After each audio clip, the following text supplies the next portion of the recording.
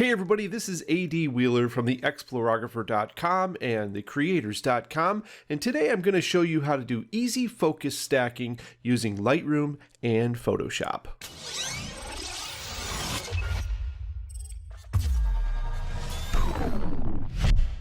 Hey guys, I just want to take a quick second to mention that this video is brought to you by my patrons over at thecreators.com. That's CREATOURS.com. Without their support, this video wouldn't be possible, so thank you so much. We'll see you guys there. Hey everybody, I hope you're having a great day, and welcome to another tutorial. This time we're going to be talking about focus stacking. So what is focus stacking? Well, it's stacking several different frames of a shot with different focus layers together to capture a subject. And now this might be a landscape where you're capturing the focus from your very foreground all the way to the background, or in this case I'm doing kind of a macro shot here. I've got my buddy Guy Fawkes here from the Fallout universe, and I basically thought that he was a good subject because he's got this gun that's kind of sticking out, and then I wanted to capture all that detail in the model, but there's a lot of stuff going on in the background that I didn't want to capture, so I stopped my focus at the back side of him. So at the very back side, it's only focused back to about his shoulders, and then I did a 16 frames all the way to the end of the gun, which you can see here, which will be in focus there towards the end of the gun. Now, when I first get these photos off the camera, now I have an app, by the way, that I shoot the focus bracketing with. You might have to do it manually. It's totally, you can start with manual. You don't have to buy anything special. I have an app in my Sony camera that allows me to shoot all these different levels and all these different focus points. So as you can see here, we have one at the end of the gun, and as we go through these, it will move, the focus point will move backwards towards him in his face. And you can see here, if I go all the way back, that it's a very slow move. I took 16 photos because I wanted to be very precise and capture each area. So here you can see we're capturing now back to his fists and then to his face. This should bring his face into focus. Lightroom's a little slow here, but there you go. So what I want to do though is I want to get my photo the way I want it and then copy it to all the same photos because they're all the same before I take it into Photoshop and do the magic. So what we're going to do here is I'm just going to go through and set some basic options here, and then I'm going to sync them all together. So the very first thing that I want to do is make sure that my color profile is set. So we're going to go ahead and set that for camera neutral, which is the one I use a lot. And then we're going to make this photo pop a little bit. So we'll go ahead and do camera neutral.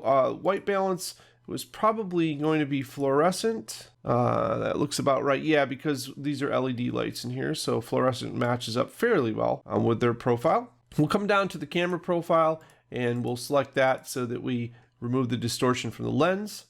And that's pretty good. All right, so the next thing that we want to do is we want to kind of make him pop a little bit from the background because it was a little dark. So I'm going to boost my shadows a little bit. Now see, when I do that, kind of the foreground down below comes out, and I really don't want that. So we're not going to do that. I think what we're going to do is we're going to come back up here and we're going to use the adjustment brush. We're going to paint in his face a little bit here in the gun. There we go. Now, you might be thinking to yourself, man, this would be tedious to do this for all 16 photos, but we're not going to have to do that. We're going to use the sync function, and we're actually going to copy these adjustments to all of the other photos. So I just want to kind of get him lit up a little bit here. So I'm using the adjustment brush. You can see it here. There we go. And that's all I'm going to do. I'm going to boost up the exposure just a little bit, not a lot, because I still don't want this background to pop that much. And we're going to boost the contrast because he's got some good colors. As I do that, you can see the background gets a little darker. The light gets a little nicer on him. And there we go. I'm also not going to mess with the sharpness or anything here. I'll do sharpness at the very end. All right, so I've got my photo kind of the way that I want it. I'm going to go ahead and hit sync. I'm not going to spend a lot of time on this here because it would take too long, and we're trying to make the video fairly quick. And we're going to go ahead and now make sure that all of these boxes are checked. If they're not, you can hit the check all down here. And then I'll hit synchronize, and you'll see that all of the photos in the film strip now will pop. And you can see that he's got a nice pop around him as soon as it gets done loading. And of course the focus, like I said, is moving towards the front of the gun. And there we go. Okay.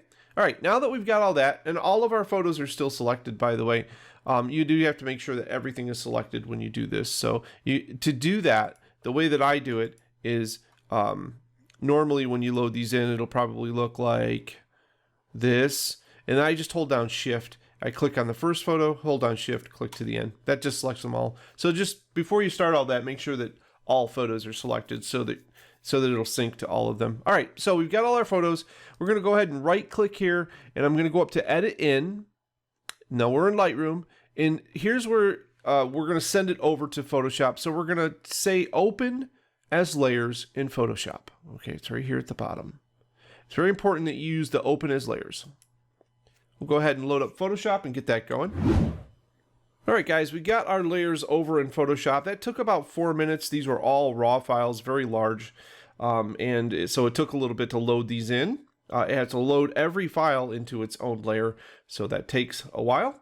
We've got all 16 loaded in now, so what we want to do is get them all selected. And to do that, just like in Lightroom, we're going to click on the first photo. We're going to scroll to the bottom, hold down our Shift key, and click on the last photo. That'll select all of the photos there in the layers. And then we're going to come up here to Edit, and then down to Auto Align Layers. That brings up this dialog here. Now what you're going to want to make sure is checked off in this box, and this might look familiar to you because it's the same dialog that we see when you're creating a panorama, by the way. This is the Auto Align Layers box, and it does use that in panorama creation as well.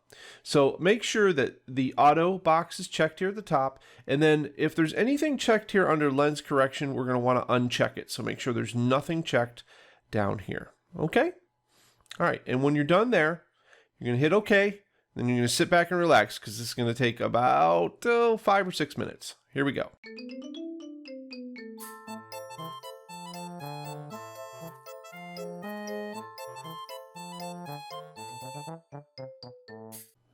All right, there we go. So now that it's finished, you're probably going to notice that around the edge here, there's kind of some see-through areas where you can see the background. We're not going to worry about those because in the end, we're going to crop this to finish it as well. So just no worries right now. And as I peel back these layers, you can see that Guy is perfectly lined up here. And the focus just changes, so the program has done its job and everything is good. So still make sure that everything is checked here. And we got one more step. We're coming up here to the Edit menu again, and then down this time to Auto Blend Layers. All right, in this dialog, and I don't know if you guys have figured this out yet, but as you can see, there's a panorama mode here.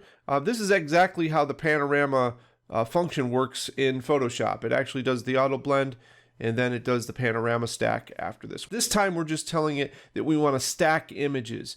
And basically what it's going to do is it's going to go through and it's going to look for the focus points, and it's going to only use the parts that are in focus to stack it.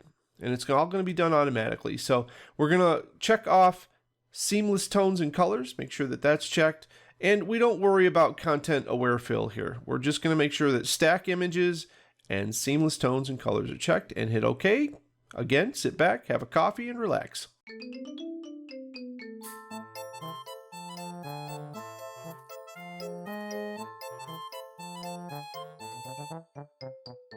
All right, so there we go. Adobe has finished. That took a little longer than the previous pass, probably about 7 or 8 minutes. But there's a lot of complex computing that needs to be done in order to pull this off. But as you can see, it looks like it did a pretty good job of getting his face, his hands, and the gun all in perfect focus for us. And it left his shoulders and the stuff that really I didn't want in focus back here not in focus. I'm not sure it didn't get, it looks like his legs, which I'm very surprised because this is was all in focus. So let's just see if we can fix that. Let's see what we got here. It looks like that's the layer right there. I'm looking at the mask here and where it lies. So I wonder if I take out some of that, or if we look at another layer that would be more in focus. So Let's see what's more in focus in front. All right, let's see if we can find something that's just about on the same layer as his torso, and it looks like it misinterpreted maybe this layer a little bit. I'm thinking we could bring some of that layer out. Let's try that. So I'm going to select the actual layer mask itself, and then I'm going to come over here to the paintbrush, and we're going to make sure it's on white because white reveals and black conceals. So we're going to go ahead and paint in right here just to see if that comes back in focus, and it doesn't look like that it does. Oh, it does get a little bit so all right, so let's try a little bit closer. Let's see. Is that? Yeah, that's back there at his face. So that should be it. Let's paint in on that mask. Let's try that. All right, that's better. Okay, so I captured it back there on that mask, and see, not bad. I didn't actually capture most of that in focus, so that shows me that was a little behind here, and I needed to go deeper with my focus depth than I actually captured, because I only captured in focus to his face. And you can see here that the computer behind is all bokeh out nicely, just like I wanted it. And I'm able to kind of reveal that other, kind of more in focus. And that kind of looks better with the depth of his shoulders and everything else. But the important parts, the end of the gun and back to his face, the expression, that's all in perfect focus. And that's why you would use your focus stacking to give you a bokeh out background, but yet still be able to do this macro photography close up and have it all in focus. So what do we do now with this image? So the next thing that I would do is probably select all my layers again, and I would go ahead and hit Command or Control E. Command E if you're on a Mac, Control E if you're on a PC. And that's going to combine all the layers down into one. And at that point, I'm going to save it off, and we're going back into Lightroom. So let's go ahead and close this and select Yes for save. It'll go ahead and save that off. And here we are with our new file back in Lightroom. Now you can see those white edges around the top here and the bottom. So we can just use our cropping tool and make sure the crop is locked so we don't lose our ratio. And we can just bring that in just a little bit. It doesn't have to be that much, but just give yourself a room. Remember, when you're shooting, give yourself the room so that you can crop. And there we go. We got him right in the third where I want him. And now if we want to do anything additional to this image, we can. Like there's this little white streak down here. We had talked about distractions. So let's just take that out. We'll just take that out like that. There we go. We might want to remove some of this here. We can do that with, there was a wire that was sticking down there in the background. You know, whatever you want to do. That's kind of the general idea on how to focus stack using Photoshop and Lightroom. And I hope you enjoyed this tutorial and it wasn't too long for you guys. Remember, if you would like to request videos, learn more about photography, your business online, SEO, whatever the question is, join us over on Patreon at thecreators.com, and for as little as $1 a month, you can support the channel and request videos. So that's going to do it for today, guys. Remember, stay creative, and we'll see you next time.